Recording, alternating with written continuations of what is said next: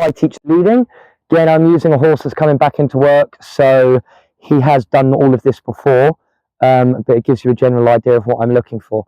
So the first thing that I want to do when I'm leading is I don't ever want to really have a tight rope unless I really have to if I'm making a correction. I actually want to have it loose. I'm also going to start teaching some basics about different aids here when I start teaching to lead right from day one. So when I move my hand forward, I want the horse to walk forward. When it's walking forward, I want it in a neutral position. And when I'm slowing down to a stop, so I want to use my body to make it obvious what I'm doing, but also move my hand back. This later on, this translates to on the lunge when you ask them to go forward a bit more, and when they get the right answer, you can go to neutral. And if you go back, then he knows that that's going to be a back. And so right from day one, right from a simple thing like leading, is we want to be building it into something else, a language that is usable for the horse throughout all levels and throughout all tasks. The other number one thing that I want when I'm leading is I always want to turn towards a horse.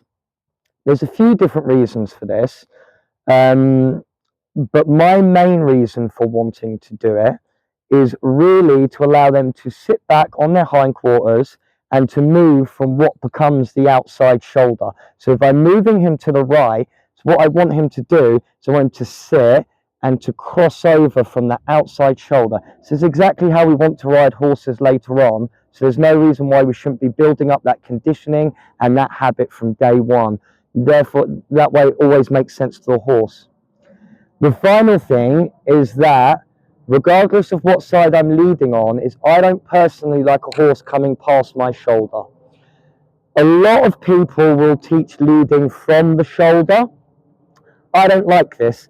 The reason I don't like it is because I'm constantly pulling the horse into me, and I'm constantly activating that opposition reflex where they want to move into pressure.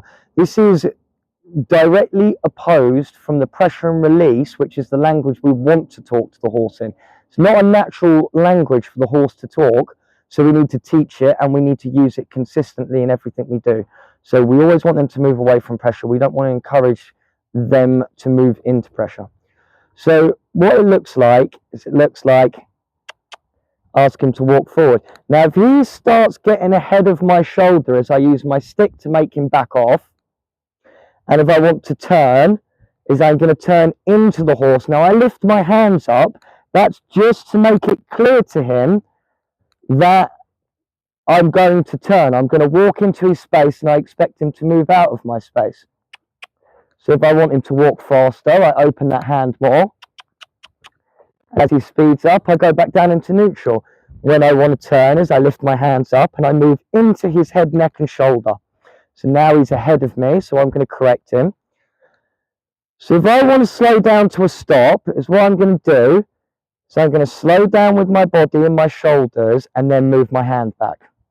If I then want to back up, is I'm going to take a step back and make it obvious. If he doesn't move, I'm going to back it up with the stick and I'm going to make it obvious. And then I can click and I can reward for that. So anytime a horse is getting something right, I can mark it and I can feed him.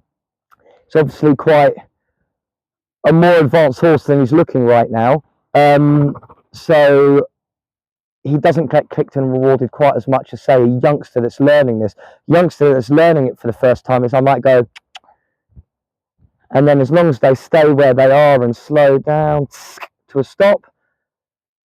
So the idea about it is that, again, like everything that I do, it's not about physically manipulating or controlling the horse. It's about building up a language so we can communicate and so that we can play this game. Okay, leading something that we're always going to do from both sides. It's a good thing to do. It helps them build up confidence in both eyes. Horses' eyes are really interesting, A, because they're monocular, but B, because they're also bifocal. So each eye interprets information differently and feeds it to the brain, but at the same time, each eye has two main parts of the eye.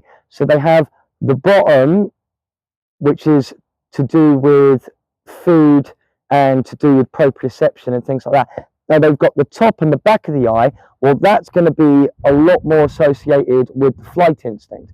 So this is one of the reasons why a horse can keep it together when it's walking to something spooky, but the second it gets upside it, and that moves from the front lower part of the eye to the upper and the lower and the back part of the eye, is all of a sudden it ignites that flight response and they can't hold it together anymore and they shoot past. So their eyes are really interesting. So it's really important to do things in both eyes. So again, it's the same thing, exactly the same thing, just different hands. So it's going to be a baggy rein. Going to ask him to walk forward. When he walks, as I go down to neutral.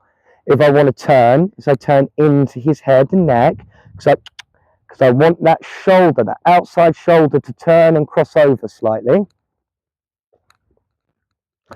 Again, I'm going to lift those hands up to let him know that I'm going to ask him to turn. And if I can always let a horse know what I'm going to ask before I ask it, I'm always going to get a much crisper response.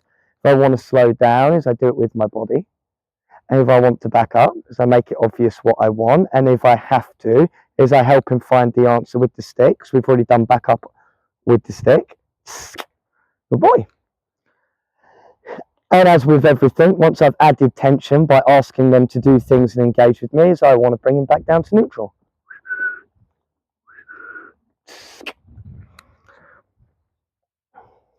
And that's ultimately how I teach leading.